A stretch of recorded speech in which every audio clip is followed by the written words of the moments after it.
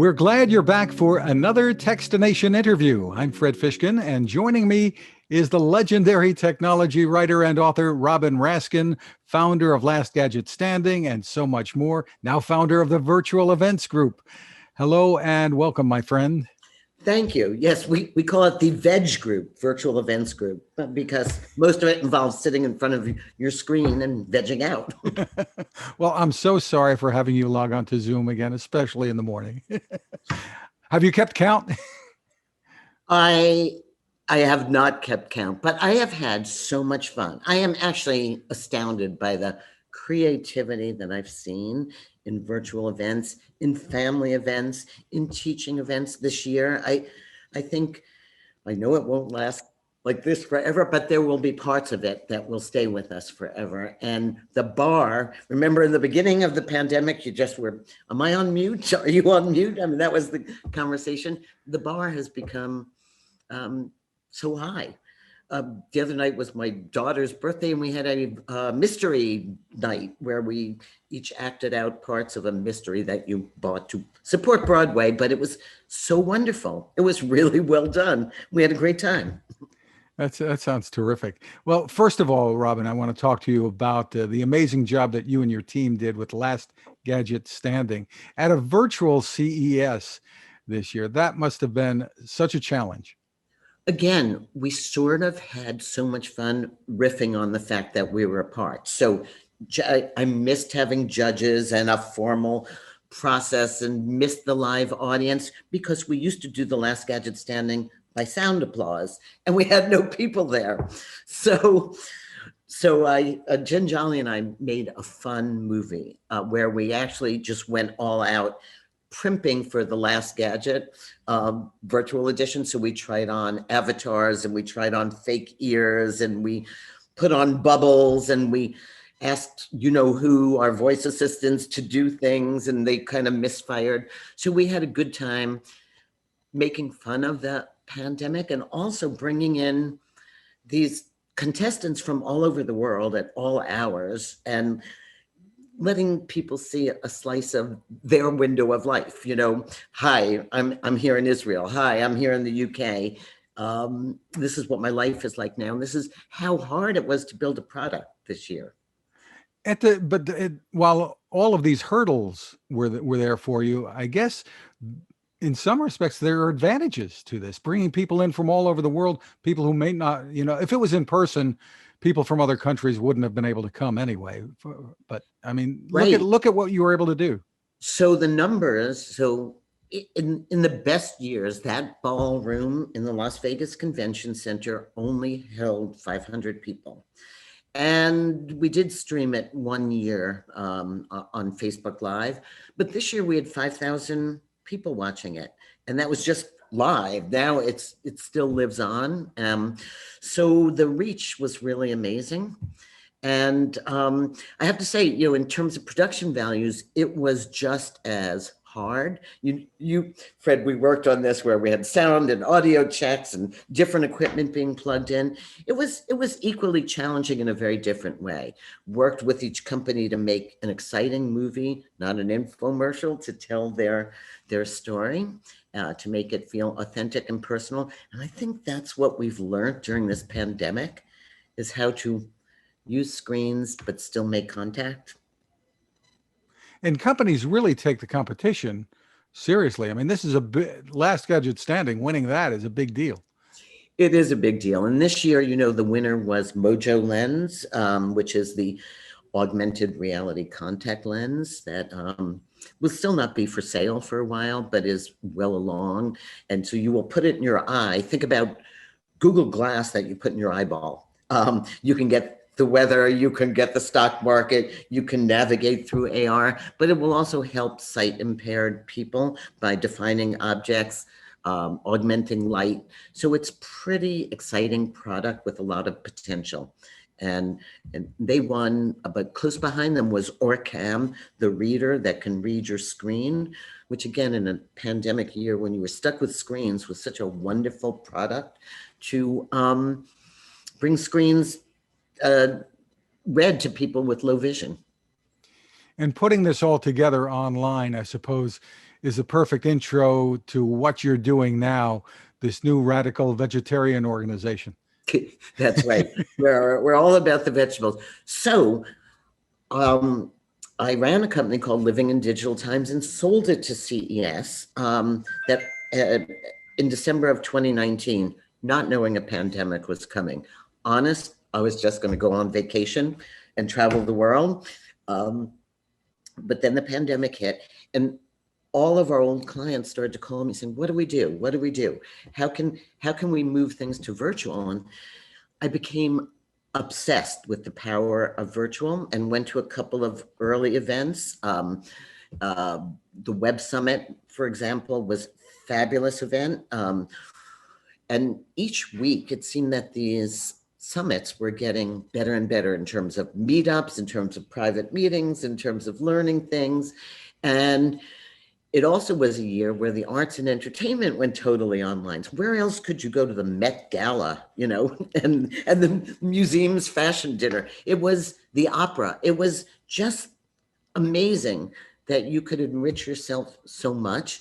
So I and then I started to do some research, and I realized there were 150 platforms to host events on. Just that, and so how's somebody going to go through all this? And those are just platforms like Hopin, Umbrella, and Zoom, and Blue Jeans, and they're not even comparable in some ways. Yeah, some existed before, but then again, what an opportunity for startups. Yeah, some existed before. Some were traditional live events companies that pivoted. Some put a bunch of tools together. Some focused on just trade show floors, for example. Some focused on just ticket sales, just fundraisers. So it became, this whole industry was just nation and growing really quickly. So I said, let's see if we can create a taxonomy that made it easy for people to navigate. So if you go to the virtualeventsgroup.org site, you see 150 platform reviews, which will momentarily be searchable by taxonomy that we've created, whether it's good for webinars, good for trade shows, good for networking. We've assigned rankings and ratings, tools that we've put into buckets so that if you're looking for a fundraising tool, you can find it. But the most interesting thing we heard from people was, just give us talent. We want to know who can do this for us. So we started a whole thing called Talent and Production, which is just companies that were in the TV business or in the events audio business who are now doing amazing things in the virtual space. And then we even have things like mixologists, magicians. It's gotten to be an ecosystem that is so vast. So we have all these assets on the website. We have a monthly VEG meetup where we invite speakers to talk about how they pivoted their lives and what will stick and what won't, because everybody is now deciding what's going to happen next year. When you go back in person, I don't think I have to tell you, travel budgets, corporate budgets have been cut. Let's just say if you were Amazon and you sent 100 people to CES in 2019, in 2022, I'm guessing it's going to be more like 10 to 20 people. So you're going to see events kind of right size and adopt virtual components as another revenue stream and another way for exhibitors to show off. So I think have so many. You remember the days when you were a writer and then all of a sudden you had to be the audio person too, and then you had to file your story on video, and the mediums just kept growing. And I think that's what's happening with the events business. You will never have just a physical event again. There will always be a virtual component. Really? So you think this is going to be, I don't know if we can say permanent, but very long lasting, the impact? Yeah. So let's say you and me, let's say I went to 25 events before the pandemic. I will probably go to the 5 I really care about after this is over and do the others virtually, because the cost, my time, but I can learn so much by dropping into a financial event or an HR event or a 3D event. I can up my skills without the tremendous effort of travel. And I think that is going to really help people. And I think it's going to help online learning. You're going to get, we've seen a move to credentialed learning and badge learning. And I got to pick up, even event planners are going to reskill themselves now by taking virtual events courses. It's kind of extraordinary. There's a number of places that will credential you. Think about all the events planners that found themselves out of work. And there's some really heartwarming stories. I think Jim Louderback at VidCon. And Jim said to his staff, I can either lay you off or I can reskill you. And we moved from our physical event to doing an online event daily. And he did. And so he kept all his staff intact and moved and grew at the same time. So I love stories like that. We have the Toy Association speaking at our next meeting, and they decided to have buyer's days to help their members. So Amazon would come in or Walmart would come in, and they would bring the toy vendors to them virtually and continue to do business. So these stories have kind of pivoted. Even though we don't have a toy fair in New York. Right, this right, year, which would have been this week, but business is still going on. And Sundance had more people participate in the film festival than ever before. So I'm optimistic, and I think it is also somewhat egalitarian in that people who could never go to these closed things before can now enjoy them. So I'm pretty excited about virtual events being here to actually stay forever. Not necessarily as the primary thing you do, but always a component of what you do. And you're seeing it. Look at like Marriott hotels, they're putting production centers at the conference centers now. So every conference center is building a TV production studio where you'll be able to have virtual and I call it IRL in real life, URL and MRL, mixed reality life, which is what I think we're heading towards. It's interesting to think where we would be if we didn't have this technology today when it comes to education, work, and even healthcare. Yeah, just like you're right, telemedicine, it wasn't just like ZocDoc or TeleDoc. Everybody was a telemedicine doctor. Every hospital was a telemedicine. So you saw technology accelerate, whether it was learning or health, retail. We talked about contactless shopping taking a while to happen. It's now happened. Very few, during the pandemic, people urged you not to use cash, urged you to use contactless shopping. And those habits are not going to change. What they say, it takes 30 days to change a habit. We've changed those. So. Really on a dime. I mean, schools, et cetera, had to change, as did many workplaces, like immediately.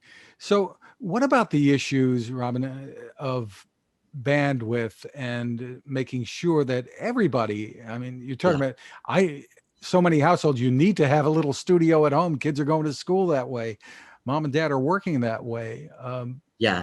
It's one of the equal access issue is at inclusion. We now see it magnified, and we see how bad we were at it. And you watch schools. I saw families with like 3 and 4 kids at home with the one computer trying to keep their kids online. So I think this administration, I know they value the importance of high-speed bandwidth all over the country. And I think that the carriers have stepped up their efforts, the Verizons, the AT&Ts, to kind of help get every area the access they need. 5G is getting to more and more places. You're seeing Chromebook type tablets for $50 now. And so I'm really encouraged that this has become a priority for everybody. And everybody has the will to make it happen. We're caught by surprise, kind of like with our pants down, like, whoa, what's going on? And now we recognize, in the same way we recognize, I think every kid is going to be so thankful to be back in school, and you know, like they recognize what we had, and we're going to again figure out how to mix those realities. There are going to things you're going to do offline now forever, you know, and things you're going to do online, and classes will come together and go apart, and it will blend. And you know, these kids, if you've watched them during the pandemic, where did they hang out? Roblox, Fortnite, the metaverse, you know, having events. They actually went to school in communities like Discord, playing games and chatting. So their line between real and online, it's just not going to matter as much. Right. The kids certainly adapt to everything. I mean, they were there to a great extent already living their lives on their devices and online.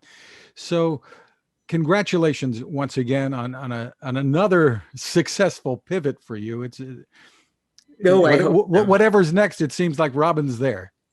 You know, I hope so. You know, but the thread that goes through it is, I think, a belief that innovation is good for us, that everybody should be the recipient of it, and that if we all work together at it, it's so much easier than figuring it out by yourself.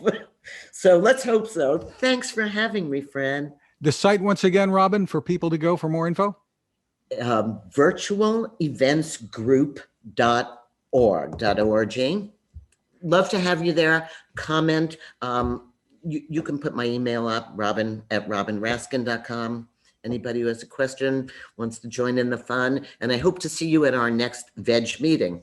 I've signed up. Robin Raskin, thank you so much for taking the time with us. Always good to see you, whatever screen it's on. Bye.